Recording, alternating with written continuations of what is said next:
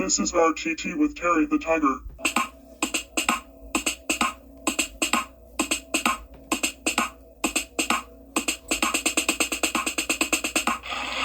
Hello. Hi. Hello, thank you all for joining me on another episode of Random Talk Time. I am your host, Terry the Tiger. As always, go ahead and check out Cactus Chick Creations. T-shirts are about $15 to $18 depending on what you want. Sweatshirts, $25. She does things for kids and infants that go for about $10. Check her out on Instagram. Holidays are coming up. It would be a great gift. So, I have had a very busy few weeks. September was my birthday month, and I went out of town a couple of times. Got called into work extra. So, always take overtime because that's, fun. Money anyways. Had a lot of personal things going on in the last few weeks, so let's talk. Because there has been a show on Hulu called Only Murders in the Building. And I found it on Hulu. The season finale just came out this last week. And it is a surprisingly good, funny show. It's a murder mystery, and it has Steve Martin, Martin Short, and Selena Gomez.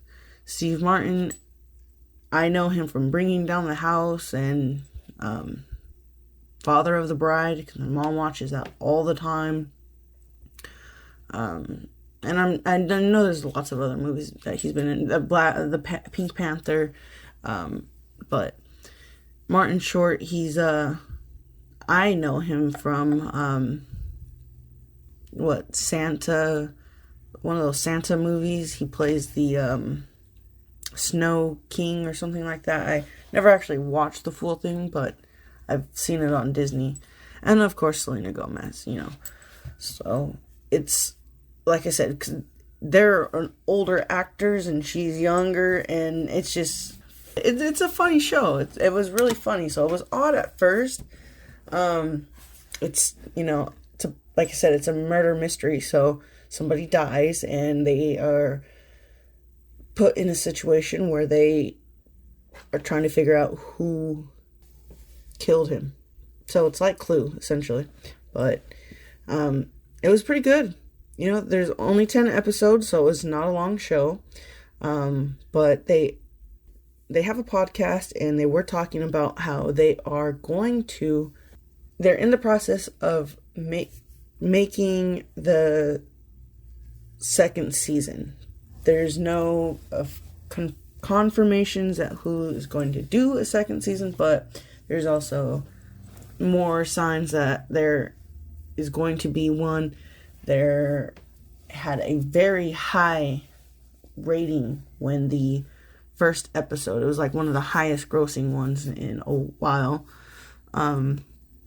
So there's no reason that Hulu is not wanting to. They just, like I said, the season just ended on Tuesday. So the writers are creating the second season, and so far they have said that at the moment they are just creating, it's an apartment building that they live in, and so they are creating more suspects, more characters. They are going to see who survives, who might go.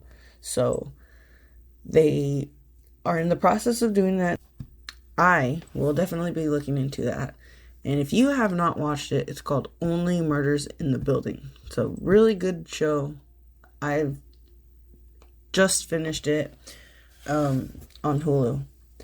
But so, like I said, I have been going out of town and just busy. And I've been driving in the car a lot, going on these long trips. Well, just the other night, I was on my way back home in San Francisco. And I was listening to the radio, forced to. And in between the songs, they were talking about, apparently, it says a lot about you if you take a cold shower compared to a hot shower. And they weren't getting into any like scientific stuff about it, but they were just bringing up how that is apparently a whoops, that was my soda. Apparently a big psychological issue in between the person who takes the cold shower and the person who doesn't. And then they just started talking about, it's a talk show, and so they just started talking about, showering and who not showering and how many times do you shower? Do you shower at night? Do you shower in the daytime? And so it just made me wonder, is there a difference? Like, what is the perks of taking a cold shower compared to taking a hot shower? Because, I don't mind taking a cold shower. But I don't know why. Recently, I've definitely been taking more hot showers. So, it's cold, so that's definitely a reason. But, yeah. So part of that conversation on the radio, though, was, do you take showers in the morning or do you take showers at night? And me, personally, the chick was saying that she takes showers in the morning and at night. I will take showers in the morning because I have to wake up and take a shower. Like, that's just something you gotta do, especially if I'm gonna leave, go to work, go to school, like all of that stuff. That's gross, in my opinion. But her co-host was saying how he showered at night before he went to bed, and she was just saying how she does that too, but she was just like, you don't shower when you wake up, and she was just tripping out that he didn't shower in the morning when he woke up, and that he just rolled out of bed and took off. She's like, even though you might sweat, you might drool, blah, blah, blah. And he's like, well, I wiped my face and blah, blah, blah. So it's just like, yeah, I'm on her page, whether or not you are clean, because, I'm clean, but at the same time, I know I sweat, so, and I know I drool sometimes, so I will definitely shower if I'm going to go out. Brush my teeth, all that. Wash my face. It's a must. But, so, later on when I got home, I checked out that scientific portion of it and was like, well, what are the benefits of taking a cold shower compared to a hot shower? And, for your surprise, I've found about 4 to 5 different articles all talking about a study that was done in the Netherlands in like 2019, I think it was. And pretty much what they did was they got like 3 to 4 groups of participants, and they told everybody that when they told everybody to shower hot. But one group, they told them to shower hot completely for your whole shower. The next group, they said, take a hot shower your entire time, and then for the last 10 seconds, turn it cold. The next group, they said, your entire shower, but for the last 20 seconds, turn it cold. For the last group, it was 30 seconds. The last 30 seconds, turn it cold. And so the research claims that taking a cold shower is a good thing for like your so pretty much it increases your circulation in your body, your blood flow, pretty much. And pretty much it's what it's doing is because your body is going to always try to be warm because we're naturally warm-blooded, that once your body gets cold, that your body goes into overdrive and increases the blood flow so that way you can stay warm and protect the organs, pretty much. So pretty much it is good for that. But there's a doctor in a specific article that I found, was a psychologist actually, by the name of Zach Carter. He believes that you should not do this, and you shouldn't put your body through that stress if you don't have to, because obviously football players and certain people do it to relax their body and aches and pains and whatnot.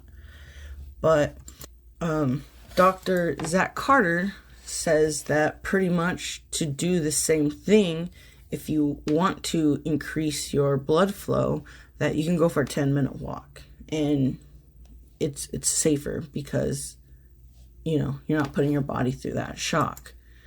Now, study also showed that the body's, once you took the cold temperature, that it heightened the metabolism. So it, obviously if you know what that means, pretty much it is self-heating process that burns calories, and that helped. So it doesn't lose weight. And of course the Dr. Zach Carter says that you shouldn't do that to lose weight, because that's not gonna be good for you, and yeah, you shouldn't do that. And so another study, part of that study, came out and said that the immune system and the mental health was increased. They said that the Netherlands trial found that cold showers led to 29% reduction in people calling off sick from work. And it even showed some of it connected to improved of cancer survival. I will leave the link to this particular article that I found. So Dr. Carter also says that cold showers are not truly efficient in any of these areas, and you are not getting enough for the discomfort they bring. So the doctor, which I personally don't agree with the doctor, which I think is why I'm using it, but I don't agree with the doctor. I personally, like I said, I take cold showers, and I would do this and have done this during the winter. And yeah, so he says, it's not worth it, but I do it for just different reasons. You didn't know about the studies, to be quite honest, until I started looking this up. So, I know my sister takes hot showers. I was talking to this guy that I used to work with, and he was like, he took hot showers, like steaming hot. So it was like, I've always thought it was your preference. And warm showers usually parents always say, take a warm shower and go to bed. So I always figured it was for that. Well, not for that, but to help you get relaxed and sleepy and stuff. So it also said the risks of taking cold shower, though, especially if you have heart disease, is not a good idea, because it heightens everything's. What it does is it makes everything go crazy, so your heart rate goes up, obviously. So you definitely wouldn't want to do that. You're putting your body through a shock. Now, according to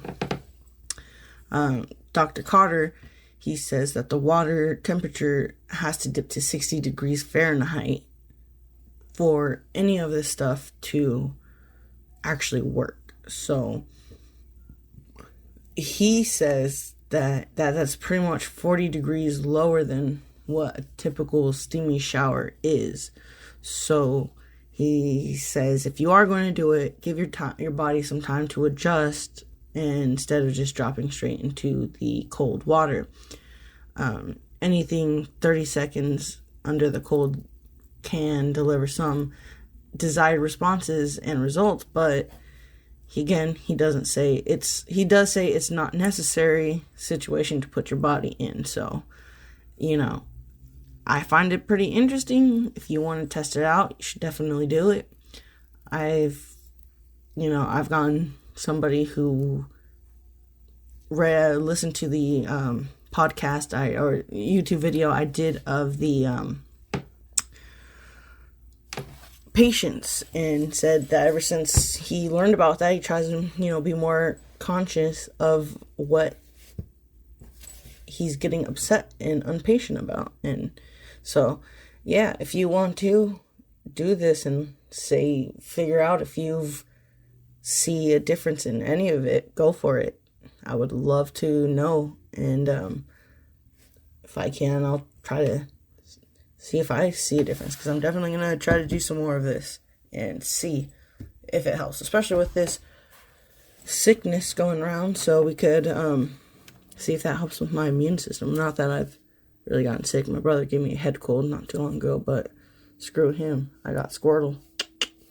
Anyways, so, well, since it's October, I have been getting over my fears, and that is scary movies. Well, for the last couple of years, I have been trying to get over my fears, and that is watching scary movies during nighttime. Because, like I always say, only time to watch a scary movie is during the day with the lights on and doors open and the dog's right next to you. Because, scary movies, man. Some of that shit is based off of real stuff. So, because the movie Halloween Kills just came out this last Friday, I had a cousin get me pretty much all of the Halloween movies up until then. And so I binge watched the Halloween movies for the last 3-4 weeks maybe. And I have to say, because like I said, the last few years I've been watching them. So I've watched the Freddy, the Nightmare on Elm Street, and the Friday the 13th. And I have to say, I think Halloween has turned into my new favorite franchise. I mean, I've also seen, the Leatherface franchise and Pumpkinhead franchise. I love Pumpkinhead 1 and 2. So, I've seen some scary movies, but Halloween has definitely turned into my favorite franchise. Now, because Halloween Kills just came out, I would like to give you the list on how to watch the Halloween movies, because there is a specific way to watch them to make the movie make sense and not to waste some of your time while watching the movies, because there were a lot of different directors and reboots that did and didn't make the movies make sense. But it's great because the one thing that is consistent is Michael Myers himself. And for the most part, I like it. I don't know. I like him a lot. So, Halloween 1978. You are going to watch them, is the first one to watch. Starts off with Jamie Lee Curtis, and she is a babysitter who gets stalked by her brother, who escaped from a insane asylum. If you've never seen the movie or don't know what the Mike Myers movies are exactly about, because for a while I did not know what they were about. I always just thought it was a man in a mask who was going around killing people on Halloween. Didn't know the full story. But 1978 one does show the killing of his sister when he was just 6 years old. And then later on comes back for his sister, baby sister at the time of the first killing. Then in 1981, it's Halloween 2. That's the next one you want to watch in the timeline order. That one literally takes place right after the first one ends. So I actually really like that part. And again, I think this is why this franchise is my favorite franchise right now, because it makes sense. The timeline makes sense and it follows. So the next one you want to watch in the movie timeline is going to be 1988 Halloween 4, The Return of Mike Myers. I think that one, it's 10 years later, and it's one of those reboot ones, so like I said, it gives more information about Michael Myers, and it gives more history on Loomis, the doctor, and it makes sense in the timeline, especially if you're going to watch Halloween Kills, the one that just came out this year. So then after that one, you want to watch Halloween 5. It was 1989. So again, this one follows after each other. From what I believe it's this one. And then after that one, you're going to have, in the timeline order, Halloween, The Curse of Mike Myers. It's going to be the 1995 one. And then those ones, again, these ones are the remakes, reboots, the ones that are continuing. They're trying to continue on. Like, don't get me wrong, it's cool. I like it. I'm not trying to knock it too hard, but those ones they are part of the storyline, so you do want to watch them because the doctor, Mike Myers, it's all relevant and they talk about the past. So after that one, you're going to want to watch is Halloween H2O, 1998. That one is 20 years later. Or, well, that's what it's called. Halloween H2O, 20 years later. And so pretty much it is 20 years later after the original Halloween movie, who, like I said, the first two it followed each other, right after each other. So Halloween H2O has Jamie Lee Curtis in that one again. And that one continues off of the exact story of the Jamie Lee. But like I said, 4, 5, and The Curse of Mike Myers is all relevant because they do talk about those movies in the 1998, 20 years later movie. So this is the timeline. After that one is going to be Halloween, The Resurrection. It's 2002 version. And it's a good one. They show it in the following one, and they talk about all of it. So 2002 is the following one. After that one, in the timeline movie order, you're going to have the 2018 Halloween. That one's going to be the next one. That one is going to continue on with the Jamie Lee Curtis story and that timeline and the rest of the Halloween movies. After that one, you'll be able to watch the Halloween Kills that just came out. And that one, I love it because it follows, I don't want to give too much, but it follows right. It's part of the Jamie Lee Curtis story in the 2018, just like the 1998 one talks about that one. So after that one, next year, because they are going to do it, they are going to release Halloween Ends, where that one's in the pictures and everything that they keep showing for it.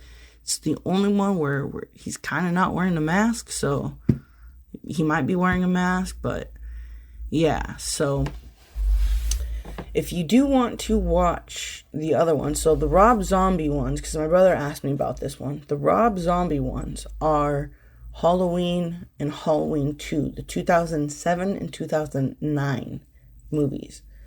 They give you more details, and I feel like it fills you more in on why he did what he did, why he's considered evil, why he's considered pure nothing, and what's going on in his head. So, doesn't have anything to do with the Jamie Lee Curtis but it is a reboot, so it has the same names and characters, but it, like I said, it just gives more information about Mike Myers himself in those two movies. Now, Halloween 3, Season of the Witches. That one's the 1982. It was the third one to come out. That one was completely different. If you have seen it, or if you just want to see it and you still just want to watch it, because it is just like maybe an hour, the masks that are shown in that one are the ones you see in the rest of them. So it's just kind of cool to see those masks from that movie being implemented into the series.